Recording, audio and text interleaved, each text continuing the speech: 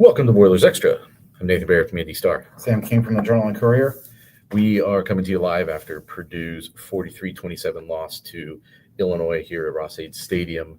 And this was as frustrated as we've seen Barry Odom after a game for good reason.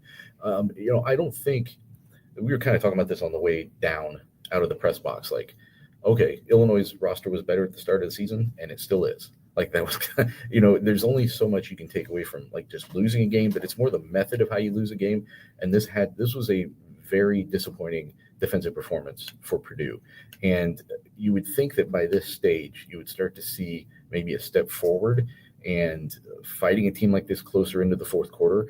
But I thought it was a step back defensively, even though they played better on the defensive line at sometimes. And you saw that from before Barry Odom even said anything, just kind of the way that he came in and composed himself to start his postgame. And didn't say anything for a few seconds.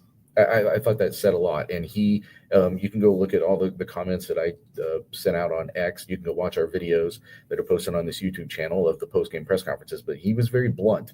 This team didn't look like it was well coached multiple times. He thought they flat out weren't competitive in the secondary, which is why they gave up those explosive plays. So that was as frustrated as he's ever been in his coaching career. Maybe that's hyperbole right after the game, but I bet it's probably not, because when you're giving up those, they know how close they are to being able to win a game like this. Right. If you choke off just a couple of those chunk plays. Yeah, and the frustrating thing I think probably that feeds into this is Purdue had an extra week to prepare. Yeah. On Monday, defensive coordinator Mike Shear was in the press conference leading into the week and said the issues the last couple of weeks that have allowed the big chunk plays have been communication. And that's one of the things Barry Odom said, like the big plays that you saw, it was communication errors. And so that's something that clearly didn't get fixed even with an additional week to prepare. But you're right. I thought Purdue did a lot better job stopping the run. It was the 62-yard pass play right after a fumble, 39-yard pass play, and I think there was a 49-yard pass play. Some of those were tough contested catches, but others were just guys were in their own stratosphere out there on the field, makes an easy pitch and catch. Hank Beatty had, I think, 186 yards on 5 catches. So he was targeted 5 times, caught all 5 of them. Yeah, it's and Tony Grimes being out probably didn't help things, but what we heard going into this season was that's why this team loaded up with 5th and 6th year seniors all over the safety and cornerback positions, because you wanted experienced guys who played a lot of college football. And quite frankly, points this year that they don't look like they played a whole lot of college football. Well, I think what these past couple games have maybe been is a reminder that you can go out and acquire experience kind of easily in the transfer portal, especially if it's experience is trying to transfer out of group of 5 up to the Big Ten, transfer from not playing to playing, like that sort of thing. But it's harder to acquire skill. I don't know if they acquired a lot of skill relative to the skill that Illinois has. Like I said before, like there's the roster disparity right now with Illinois, with Notre Dame, with USC. And we thought coming in that this was going to be a tough 3-game stretch. But I thought that today the frustrating part was, I'm remembering the play, one of the first explosives, it might have been the touchdown. So there was 2 big swings in this game that we might as well just talk about, because I really think as bad as the defense was today, if you take away these 2 sequences, this is a very different game. The first is Michael Jackson catches one of his 14 receptions, but doesn't protect the ball, and Illinois player punches it out, and Illinois takes over at like its own 38. And on the next play, Hank Beatty, who I think was maybe the best football player in the stadium today other than Luke Altmaier, Hank Beatty gets wide open by like acres and nobody around him, and he takes it in for a 62-yard touchdown. And Luke Altmaier all day had plenty of time to find those guys, like not really under pressure all that much for most of this game. So there's one play. That's maybe a 10-yard swing if Purdue could have driven in and at least gotten a field goal. And then you have later in the game, Michael Jackson, they force a punt. And I can't remember now off the top of my head who it was that came up and made the play to force it might have been Miles Slusher. I think Miles Slusher made a 3rd down tackle. It might have been a 3 and out and forces an Illinois punt. This is obviously a team that has not forced a lot of punts the last couple of weeks. And it forces a punt. Michael Jackson's back to receive it and drops it. Or actually he catches it and then tries to make a move and fumbles. Right. It would be worse if he had dropped it in some way. So I think it maybe, looking back on it, maybe you should have just fair caught that play anyway. He fumbles again. They lose that. Now they lose it inside. By the time it stops rolling, it's inside the Illinois 10. And actually, Purdue did a good job holding them to a field goal attempt there. They kicked 5 field goals today. But again, that's 10 points that Illinois got. It's no points that Purdue got, and this is a 16-point game at the end. I thought both of those plays kind of changed the complexion of the game, and there's still just a little bit too much of self-inflicted wounds to beat a team of this caliber. Yeah, and I'm going to throw one more play on top of that. There was a 4th and 3. Purdue called a timeout ahead of that play just to make sure it had everything it wanted. And Barry Odom said afterwards, one of the things you say is, hey, watch for the hard count. And what happens is Taj Rael comes flying, bat out of hell around the edge, uninvited to the quarterback, and is offsides by a big margin. It wasn't even close. It was one of those plays where they snapped the ball and they threw the flag as soon as the ball was snapped for the safety of the quarterback in that situation. And Illinois ends up on that drive getting a touchdown, 6-yard touchdown run. So now Illinois may have picked up the first down there, maybe not. We don't know because it never got to that. But it's a situation where you didn't even give yourself a chance to get the stop on 4th down and instead allowed Illinois to move the chains without snapping the ball and getting, that's those 3 plays we just talked about. That's 17 points in Illinois' favor that maybe none of them are there had things been a little bit differently. Yeah, I mean, to me, one of the stats of this game is, Ryan Brown throws for 302 yards. Is that a career high for him? I think it probably should be, right? Maybe earlier this season he threw for 300. I can't remember, but it's got to be up there. Probably might be his career high against an FBS opponent. But it took him 50 attempts to do it. And Luke Altmaier, the Illinois quarterback, threw for 390 yards, and it took him 22 attempts to do it. That's an astonishing number. And there was a point early in this third quarter where they already had like 7 or 8 plays of pass plays of 15 or more yards, those sort of explosive plays.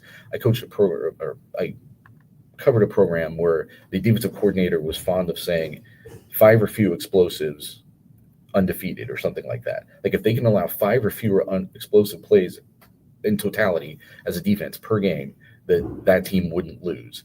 And that's not true of every team, but I think it would probably be true of a lot of teams. And Purdue was giving up explosives left and right, especially in the passing game today.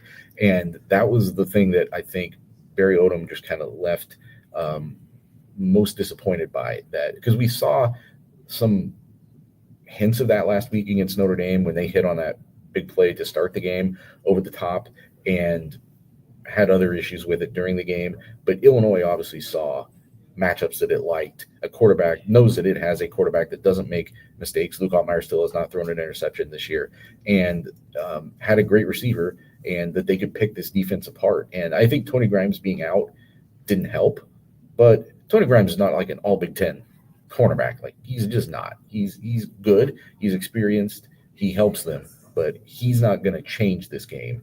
And I don't know if this outcome changes much if he plays. Yeah, and probably feeding into that disappointment too was this game started out as well as you could hope if you're Purdue. Purdue does punt on its first possession, but then forces a punt, like we said, hasn't happened since September 6th. Right. Gets the ball, marches right downfield, scores a touchdown, and is up 7-0. Illinois comes down, you force a field goal, you're up 7-3, and then that's when the first Michael Jackson fumble happens after you've crossed midfield and you're getting close to Spencer Porras range at least to have an opportunity to put more points on the board. And you fumble, you get the 62-yard touchdown, game completely flips, and now Purdue's playing from behind and never was able to recapture the lead after that. I was very distracted by this P being backwards behind us. I don't know why. I've never known. The first time we've sat down here, so we have a little bit more of a background. We're usually really bunched in down there. I did think you saw a better play from the defensive front today, which I think contributes to why this is so frustrating for Purdue, for Barry Odom. Illinois, I think, for the game, averaged about not even 3 yards a carry. And if you take away the 125-yard touchdown run, it's even better than that. And that's progress. There was progress up front on both sides of the ball. We can get to this later about how well Purdue ran the ball today, but I think that's part of the frustration today was that I think this team sees a lot of the elements of winning a game, and it just can't either consistently execute them, or it makes enough mistakes that negate those positive things and prevent them from beating it, especially a team of this caliber. And we have to remember that too. Like, this was 3 like nationally ranked teams or nationally ranked caliber teams that had played in a row. And yes, 2 of them were at home and had opportunities to stay in all 3 of these games and ultimately really couldn't. But I think that they wanted a more positive, worst case scenario. I think they wanted a more positive loss coming out of this. Like, you were in this game in the fourth quarter, you made Illinois have to do what you did last year. Like, make Illinois have to drive and force overtime or win at the end of a game, like they did in their stadium last year. And ironically, it was like close to the same score at halftime, right? It was 27-3 to start the early in the third quarter of the last year's game, and it was 24-14 at halftime of this game. 27-14. Last second field goal. Yeah, 27-14. Yes. At the end of the first half. So same neighborhood. And actually an even better position, except that Illinois was getting the ball to start the second half. And it just felt like, even when this was a 2-score game, it felt like Illinois was in more control than that even. Yeah, I always felt that Purdue was, going to have to get a takeaway to have a chance to win this game. And it ultimately never did. It's been a problem pretty much all season. But you're right. There was a situation late in this game where I thought Illinois would kick a field goal, be satisfied, go up by 16 points, and basically put the game away. Mm-hmm. And instead, on 4th and inches, they come back out and try to go for it on 4th down, and the defense steps up and gets a tackle for loss, stuffs Illinois, and then you're thinking, okay, now a quick score here makes this pretty interesting. But that's kind of been the recurring theme here now for a few games. Purdue's hung around, been in the fight, but ultimately, just doesn't have the horses right now to, break through and get that victory. There's some games ahead where, and granted, Purdue's going to have to play better defensively, or it doesn't matter. But I think Purdue's offense is good enough to go out and win some games. Now, if you get the defense to kind of complement that a little bit, and you can eliminate, 1, 2, 3 mistakes, maybe you've got a chance to win some games here in the rest of October. Yeah. This was the one thing they had to do, I thought, today. 2 things. They had to play better defense. They didn't do that, or at least pass defense. I thought that was where, you could definitely say they did not take a step forward today. They had to run the ball better, and they did do that. They ran the ball significantly better. They averaged 6 yards a carry today. They came into the game averaging like 3 low 3s, the worst in the Big Ten against FBS opponents, or against anybody, I think, and then like 2.5 against FBS opponents. And that 6 yards is not sack adjusted because Ryan Brown took 6 yards. So it's really more like 7 yards a carry today. And Illinois is not a great defensive front, but Ryan that's Brown still sacked twice. Yeah, so. That's still a big positive for this defense, for this offense, I should say, to show some stability on the ground. Jalen St. John left this game with an injury. Barry Odom after the game said he did not have an update on his status. We saw him leaving the sideline in a golf cart. He did not return. He was ruled out for the day. Hank Purvis came in and played left guard. I think it says something that they were able to still have this productive of a game without Jalen St. John, frankly. This offensive line has not played well consistently. It's contributed to why they haven't run the ball well. And I don't know that Jalen St. John hasn't shown me anything in the first 5 games that says he needs to be back out there for Purdue to have a good offense. So, hopefully he's back soon. I don't wish him to be injured, but I don't think that is a significant injury for this team right now. But I think the rushing game itself was a positive step forward, especially because now you have to go replicate it because there's going to be better defenses in Illinois ahead on this schedule. And one of them, I think, might be coming up this next week. I don't think Minnesota is a great team by any stretch, but it has been a pretty solid Big Ten defense now for a few years. And one thing they do pretty well is stop the run. They've got a couple good linebackers, and that's going to be a challenge. They have to now take the gains of this week and apply them to next week. Yeah, and I asked the same kind of question. I phrased it a little bit differently to Barry Odom and Ryan Brown after this game, just about, really you made 3 or 4 massive mistakes that allowed Illinois to score points. Do you really feel like right now this team is just a few plays away from getting in the win column? And Barry Odom was like, you can't look at it like that. Like, at the end of the day, you have to win. It doesn't matter anything else, like by any means necessary. So, he's not taking a participation award or, hanging his hat on like, hey, we were close, but, And I feel like initially going into the season, Purdue fans, after seeing what catastrophe last year was, probably would be okay with like, hey, as long as we see improvement and things like that, that changes pretty quickly. Now it's like, okay, we've seen that Purdue is good enough to compete. We want to see Purdue win games. And Ryan Brown said the same thing. Yes, we're getting better. Yes, we're a couple plays away, but I'm not hanging my hat or feeling good about the fact that we're only losing by a couple scores to some top 25 teams. Ultimately, you're judged on wins and losses. And right now, Purdue's a team that's on a 3-game losing streak.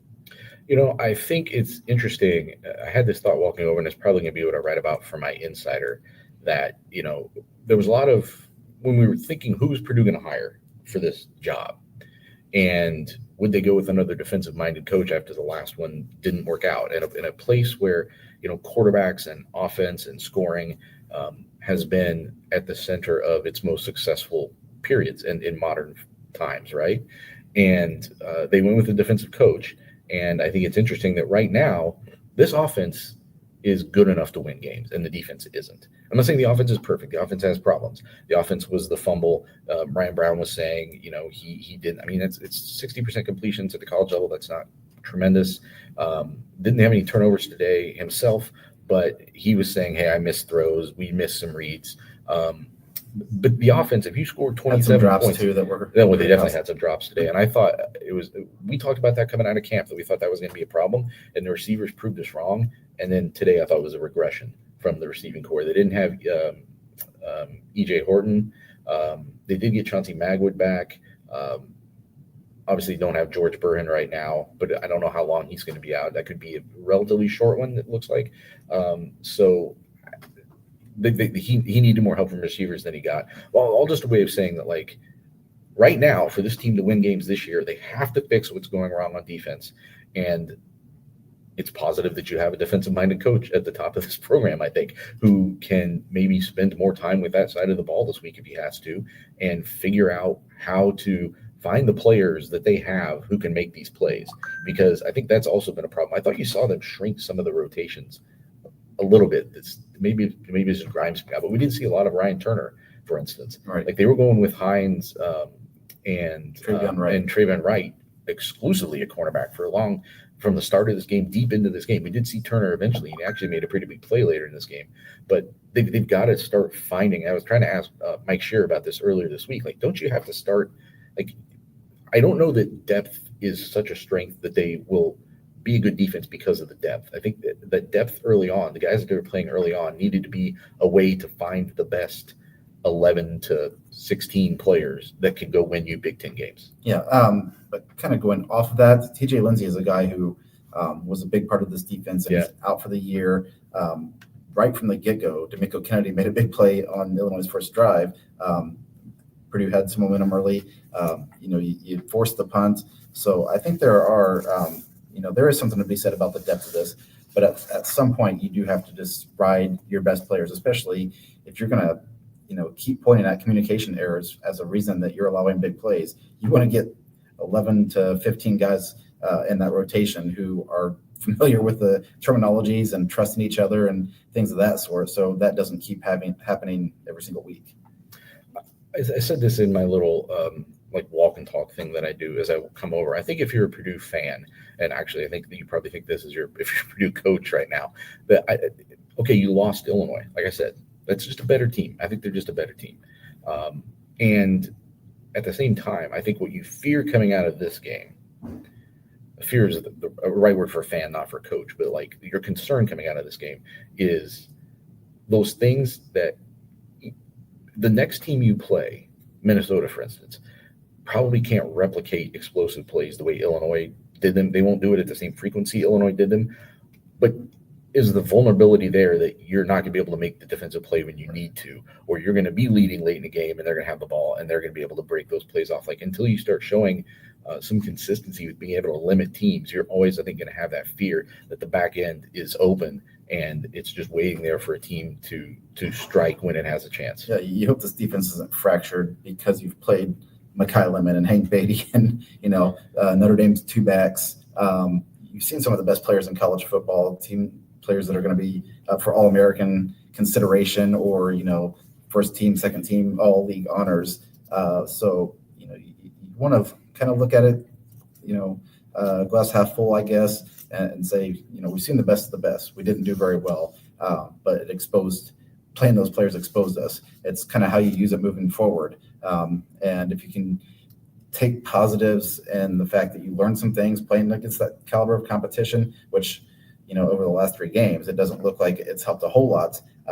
But you're not going to see that every single week, but you are going to see good players every week. Minnesota doesn't have a player like Hank Beatty, but it does have a guy that plays both ways. It's a very good player. Forgetting his name off the top of my head. He was the all-conference safety, I believe, last year.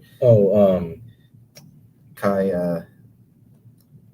Yeah, I know what you're talking about. Well, the one that they have this year that is out right now is, well, I'm forgetting his name too. But yes, they're missing their best defensive player.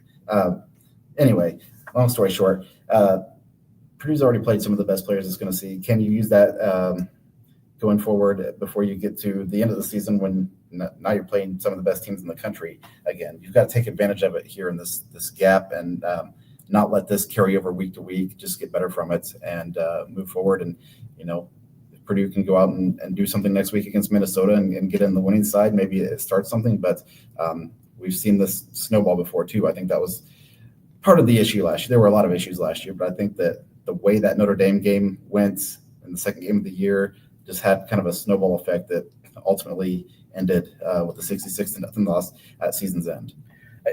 To me, it's about how often in the second half of games are you putting the other team under pressure. That's like the next step for this program. Purdue's been playing from behind for 3 weeks. Like, and like, there's things like I was just remembering this. I'm looking back through my notes. So there was a sequence where Hank Beatty takes a pass. He gets separation from Smiley Bradford and takes a pass over the middle. That's not really a good matchup for Purdue. Gets a pass and goes for like 40 yards. And Darius Coffey's called for a face mask at the end of that play. And then Valentine's running back for Illinois, I think, runs it in from 25 yards on like the next play. Right. Like that was just like bang, bang, bang. Like 2 things that you were definitely helped cause. And then really also a 25-yard run usually happens with some help from the defense too. Like you take away just that one sequence and now you've got a 1-score game in the fourth quarter. You're putting more pressure on Illinois to have to make sure it goes out and executes. Whereas today, I just didn't feel like Illinois felt, even when this was a 2-score game with a lot of time left. I remember even saying at one point, it was like on Twitter, it's like, oh, well, it was a 14-point game, I think, at that point. And it was 40. Let's see, I'm trying to remember the exact point. This is great. This is great podcasting. Maybe it was 40-28 or somewhere around there, or 43-28. Like there was still, like Purdue was still 2 scores away. 40-27 at one point? Yes. I think it was 40-27 at one point. That was a long time to get to that. 40-27, and I remember saying, and it's still a lot of time left in the fourth quarter. And I'm like, okay, well, this is where all you got to do if you're Purdue is you can drive down. Your defense is playing better. If your defense can just get a stop, like you don't even have to get 2-point conversions to now take the lead. You do have to score twice. Your defense can't give up any points, but this is by far and away not over. By the way, this stadium emptied out really fast today. I was surprised. Like a lot of people could have missed a pretty interesting fourth quarter, but I think that was I think that play was the punt and the Michael Jackson fumble, and the one only led to a field goal, but still like kept pushing Purdue farther and farther out from when it could do like what I was saying before, just like start putting some pressure on Illinois. Yeah, and I mean there's several small instances throughout this game. I thought the last 1:13 of the first half also kind of feeds into that. Purdue scores is down 24-14, and Illinois is trying to run the clock out, getting the halftime up double digits. And in doing so, gets like a 16-yard run on its second play. And then it's like, okay, well, now we're at midfield. We're going to go for it. And gets into field goal range, kicks a field goal with 1 second left in the half and is now up by 13. So, if Purdue can get the stop there, and not saying it changes anything, but that's kind of a microcosm of what Purdue has gone through for its last 3 games. Yeah, I thought there was just sort of some lack of I think that's kind of the lack of awareness that Barry Odom was talking about. Like, I think that sequence there sort of exemplified it. Like, they gave up, they even flushed him out of the pocket.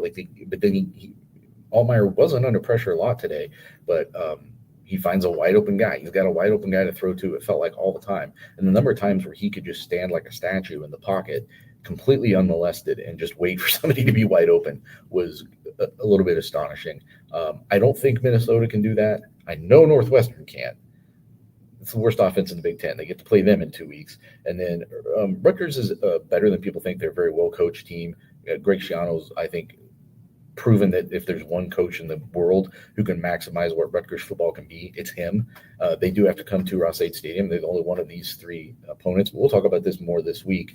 But, like, these next 3 games is what we've been this is so the first 2 stages of the season are over. Now you're in stage 3, which is these next 3 games, which is all teams in your weight class. You're not going to play nationally ranked teams for 3 straight weeks. Well, so where are you? This will tell you where Purdue really is, I think. Like, are you beating teams that are in that kind of big, messy middle of the Big Ten, or are you still down on the bottom of the Big Ten? These next 3 weeks decide it. Yep, absolutely. We can wrap it up there. I think we've done enough of that airtime looking at stats and trying to remember people's names. And we'll be back next week. We've also got basketball Big Ten Media Days happening next week as well. So we'll throw in some basketball in the Boilers Extra podcast next week as well. A lot of basketball, actually. We'll be talking a lot, kind of like a season preview, or at least a Big Ten preview. Talk about where we picked Purdue to finish, what we did for our all Big Ten teams, those sorts of things. So thanks for joining us. Look for that midweek.